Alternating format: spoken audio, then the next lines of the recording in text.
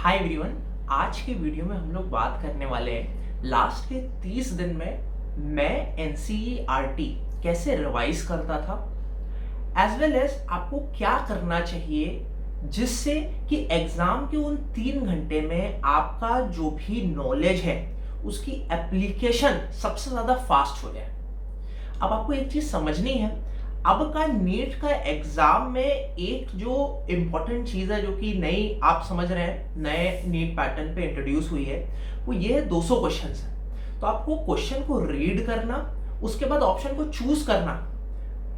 आपको 200 क्वेश्चन पढ़ने हैं दोस्तों, पहले आपको 180 क्वेश्चन पढ़ने होते थे। तो अब बहुत जरूरी है कि आपकी एप्लीकेशन ऑफ नॉलेज जो है वो केवल अप्लाई ना कर सको नॉलेज को, उसको जल्दी अप्लाई कर सको जो आपको याद है। राइट, तो देखो स्टार्ट करेंगे।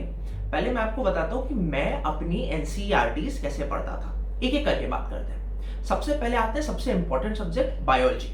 बायोलॉजी की मैंने एनसीईआरटीज बहुत बार पढ़ी हुई थी क्लास 11th और क्लास 12th के ड्यूरेशन में।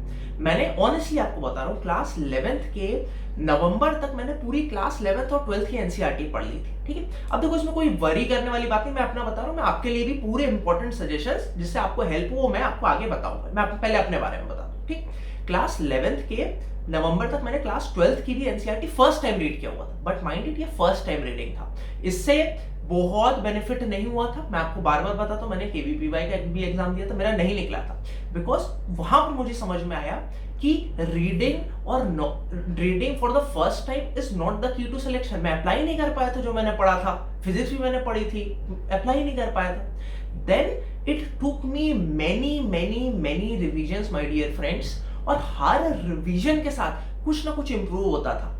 कुछ चीजें मुझे पता लगती थी कि भाई मैं गेन कर रहा हूं, कुछ चीजें मैं सबकॉन्शियस माइंड में गेन कर रहा होता था, है ना। कुछ चीजें फोटोग्राफिक मेमोरी बन रही होती थी, कुछ चीजें ऐसी होती थी जो कि लगता था कि भाई ये चीज मैं भूल गया हूं और इसको मुझे फिर से याद हो जा रहा है ना। तो कुछ एग्जांपल लेके मैं समझाऊंगा, जैसे कि आपने ये मॉर्फोलॉजी ऑफ फ्लावरिंग प्लांट में या 3 आपकी जो फैमिलीज हैं, फैबेसी, सोलेनेसी और लिलिएसी, ठीक है, ये आपको पता है, पढ़ना है आपको, है ना। और ये हो सकता है थोड़ा भूल जाए, तो आपको लगेगा कि जब आप रिवाइज कर रहे हो ये याद हो रहा है, लेकिन ब्रासिकेसी जो उसका फोटो बनी हुई है एनसीईआरटी में, है ना, टॉप पे बनी हुई है फोटो, है ना, वो उसका पूरा अच्छे से डिस्क्रिप्शन नहीं है ब्रासिकेसी का, लेकिन ऐसी ऐसी चीजें भी कहीं ना कहीं आपके जब आप बार बार पढ़ते हो ना आपके माइंड में चली जाती है। फिर एक मॉक टेस्ट में आया था, तो that was very very beneficial for me.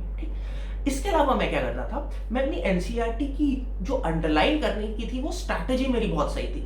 मैं क्या करता था, मैंने जब एनसीईआरटीज पढ़ी थी वो मैंने उसको सिंगल मतलब लाइन से एक उसमें लाइन बना बना के अंडरलाइन किया था, जो भी इंपॉर्टेंट टर्म्स थे, और मैंने ऐसे अंडरलाइन किया था कि जब मैं सेकेंड टाइम पढ़ूं एनसीईआरटी तो केवल मुझे वो अंडरलाइनिंग पढ़ना पड़े।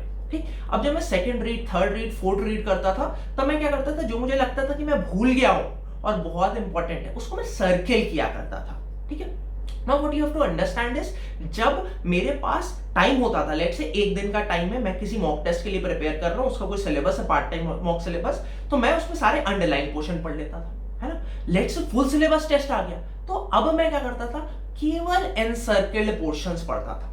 लास्ट के 1 महीने में मैंने एक और चीज स्टार्ट की थी जो मुझे लगता था बहुत ही इंपॉर्टेंट, मैं भूलना जाऊं, बहुत डर लग रहा है, उसको मैंने हाइलाइटर से, येलो कलर के हाइलाइटर से हाईलाइट कर दिया था। अब होता क्या है ना, आपकी खुद ही विजिबिलिटी बढ़ जाती है, जब आप ऊपर से एनसीईआरटी इतने दूर से भी देख रहे हो, है ना, तब भी आपको ये जो पॉइंट्स हैं ये आपको बहुत दूर से दिख रहे होते हैं, जो हाईलाइटेड है वो दिख रहे होता है स्पीड में। ऐसा होता था यार दोस्तों, 10 मिनट 15 मिनट में एक चैप्टर रिवाइज, कभी कभी तो 5 मिनट में एक चैप्टर रिवाइज। आपको अजीब लगेगा सुन के, लेकिन आपके पास टाइम है। देखो मैं केवल इसमें बता नहीं रहा आपके लिए देखो अब मैं कैसे पढ़ता था, पूरा आपके लिए मैंने सब कुछ ओपन कर दिया दोस्तों, है ना।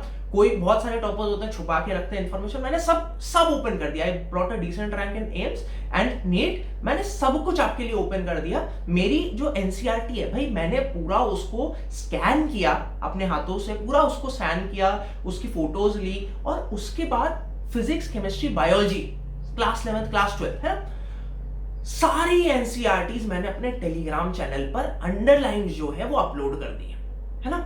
तो जो बच्चे, जिन बच्चों ने पहले से पढ़ के रखा है, वन रीडिंग, 2 रीडिंग, 3 रीडिंग दी हुई है, अंडरलाइन करके रखा है, वो यहाँ से टेक होम मैसेज कर सकते हैं कि वो एक नया हाइलाइटर यूज कर लिया। नया अगर पहले आपने हाईलाइट किया तो उसको एनसर्किल कर लो, डिफरेंट कलर से कुछ कुछ आप एनसर्किल कर लो, जिससे आप लास्ट में केवल एनसर्किल पॉइंट्स मतलब याद कर पाओगे, देख पाओगे, सब नहीं देख पाओगे, है ना। खुद ही सोच लो, अगर आपको एक चैप्टर पढ़ने में अगर 1.5 घंटा भी लग रहा है ना, तब भी आपको 150 घंटा लगेगा 100 चैप्टर्स के आसपास रिवाइज करने में। Fine, so that is not the time which you have, right. और 150 घंटे का मतलब अगर आप 10 घंटा भी दिन का पढ़ रहे हो, 15 दिन लगेगा, और बचे ही 30 दिन है ना।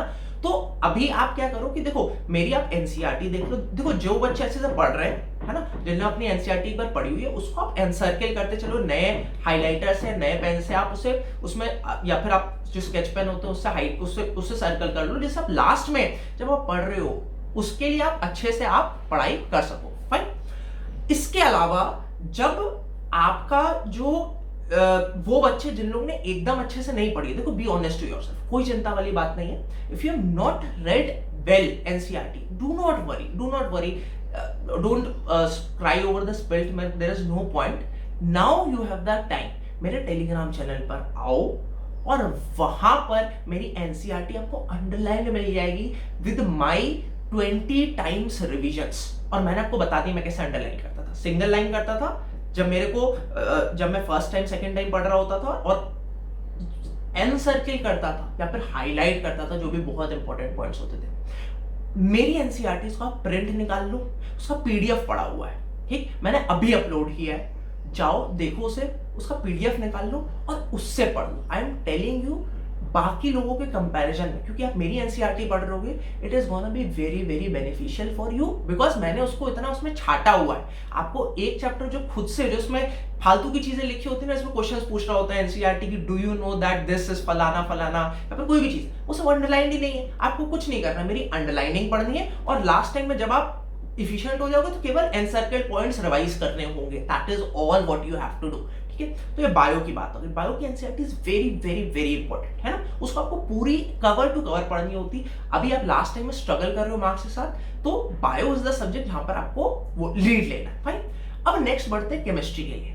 केमिस्ट्री में मैं बात करूंगा इनऑर्गेनिक केमिस्ट्री और organic chemistry. Organic chemistry specially class 12 वाली, और इनऑर्गेनिक केमिस्ट्री पूरी, ये पूरी एनसीईआरटी से ही आता है। बहुत उसमें यार कुछ चीजें जो है एनसीईआरटीज में, यार बहुत बार ऐसा होता है कि देखो, आपने देखा होगा इनऑर्गेनिक जो केमिस्ट्री है उसमें जो एनसीईआरटी है उसमें देखो रिएक्शन लिखा है, उसके बाद उसका पूरा एक पैराग्राफ में उसको समझाया हुआ है, चीजें लिखी हुई है उसके बारे में। That is not required, you just need to know the reaction to revise it. आपको समझने के लिए ठीक है रिक्वायर्ड था, लेकिन आपको अगर एनसीईआरटीज अगर आपको रिवाइज करनी है तो केवल वो रिएक्शन कर चल जाओ। उसको भी मैंने ऐसे ही जैसे मैंने बताया उसको अंडरलाइन करके रखा है। जैसे आप हाइड्रोजन मेरा जाके चैप्टर देखना, ठीक है, आपको उसमें बहुत सारी चीजें जैसे D2O और पता नहीं क्या के लास्ट में इतना सब समझाया, वो सब जरूरत ही नहीं है कि भाई हाइड्रोजन पेरोक्साइड और पता नहीं क्या के बहुत सारी चीजें इनसिग्निफिकेंट जो है उसमें एनसीईआरटी में लाइंस लिखी हुई हैं। केवल आपको इंपॉर्टेंट चीजें पढ़नी है एनसीईआरटी की लास्ट पॉइंट में। तो मेरी अच्छे से अंडरलाइन एनसीईआरटी वो भी मैंने अपलोड करके रखी अपने टेलीग्राम चैनल पे, देख लेना, प्रिंट निकाल लेना। अगर आप अच्छे से पढ़ भी रहो एक बार देख लेना, जिससे आपको समझ में आ जाएगा भाई मैं लास्ट टाइम में कैसे अंडरलाइन करता था और कैसे हाईलाइट करता था रैपिड रिवीजन के लिए। उसके अकॉर्डिंग आप भी वैसे ही के वैसे ट्राई कर सकते हो इंप्रूव करना। अगर आपको हेल्प हो रही है, आई एम श्योर बहुत हेल्प होगी आपको, है ना। अब मैं आ जाऊं इनऑर्गेनिक केमिस्ट्री। ऑर्गेनिक केमिस्ट्री आपको कांसेप्ट क्लियर होना चाहिए, लेकिन एनसीईआरटी के नेम डिक्शन बार बार पढ़ते चले जाओ, बहुत फायदा करेगा। मैंने क्लास 11th के एंड में क्लास 12th की ऑर्गेनिक केमिस्ट्री भी खत्म कर ली थी, और मुझे बहुत कुछ समझ नहीं आया था, कंसेप्ट नहीं समझ में आए थे, लेकिन मेरे को सारे जो रिएक्शंस थे वो मेरे फिंगर टिप्स पे थे। एनसीईआरटी के नेम जो रिएक्शंस थे they were on my fingertips, है ना। Do not need to compare from me, ठीक है। आप जहां पर हो अच्छे से पढ़ रहे हो, wish you all the very best. ऐसे ही पढ़ते रहो, ठीक, कोई ऐसा चिंता करने वाली बात नहीं कंपेयर करो। कुछ ऐसे बच्चे थे, मैं कंपेयर करता हूं, कुछ बच्चे तो 6 से पढ़ते थे यार, है ना। सो उससे फायदा नहीं ना, मेरा भी निकला नहीं है। That is the point, right. So आपको भी मिलेगा जो आप डिजर्व करते हो, just you have to keep hard working. That is my suggestion to you. Inorganic chemistry, organic chemistry का आगे जीओसी और हाइड्रोकार्बन। हाइड्रोकार्बन 11th का इंपॉर्टेंट है, एनसीईआरटी से आप देखोगे।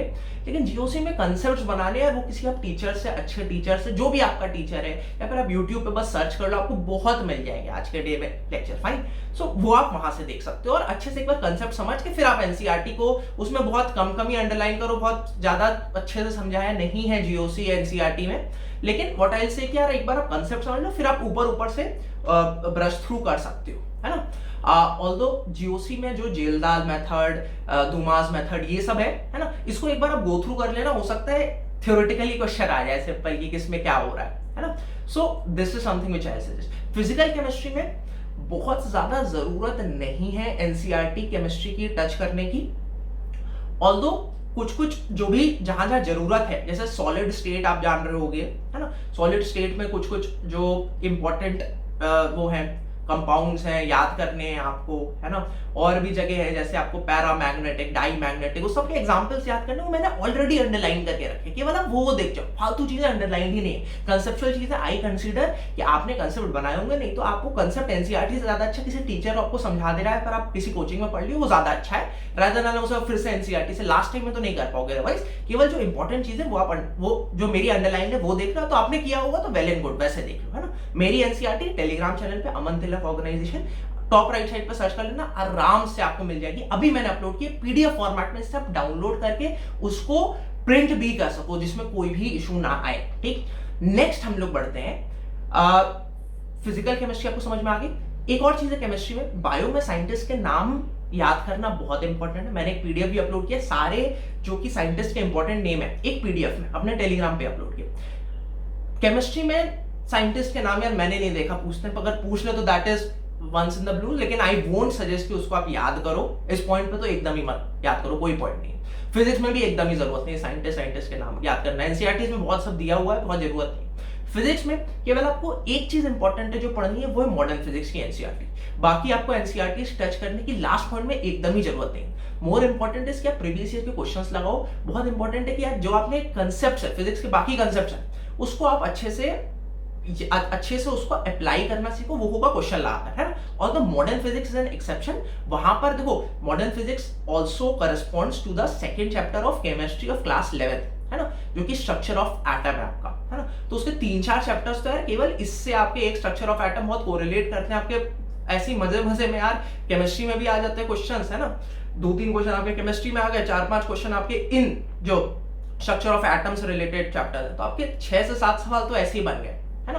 तो ये आपने अच्छे से पढ़ लिया एनसीईआरटी से। बाकी आप क्वेश्चन सॉल्व करो, हम लोग भी आपके लिए सीरीज चला रहे होंगे, you do not have to worry.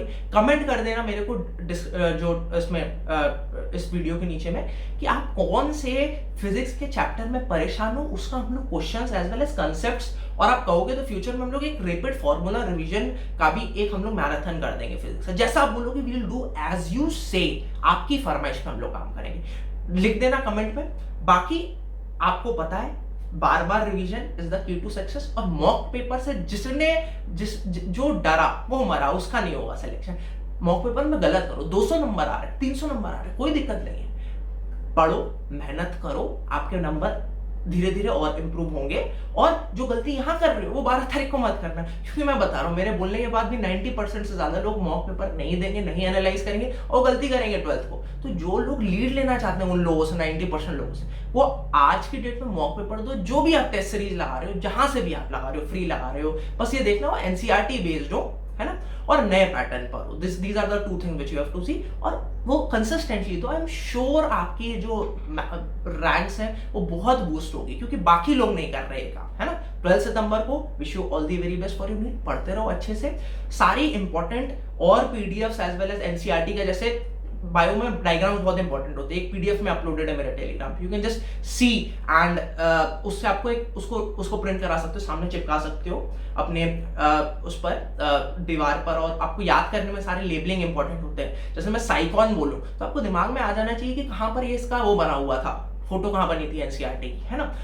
मैं आपसे कोई भी चीज बोल दूं, ब्रासी केसी की अभी फोटो बनी हुई है, इतने सारी A to Z जो फोटोज हैं एनसीईआरटी की, वो कंबाइंड इस पीडीएफ मेरे टेलीग्राम पे अवेलेबल है, वो आप जाके देख सकते हो। Wish you all the very best. ये सारी चीजें जो है, टेक होम मैसेज ये है, एनसीईआरटी आपको पढ़नी है, रिवाइज करनी है। अगर आपने अच्छे से पढ़ी हुई है तो मेरी आप एनसीईआरटी एक बार देख लो, उसके आपको आइडिया लग जाए कि लास्ट टाइम में मैं कैसे रिवाइज करता था। अगर आपने अच्छे से नहीं पढ़ा तो भी चिंता करने वाली कोई बात नहीं है।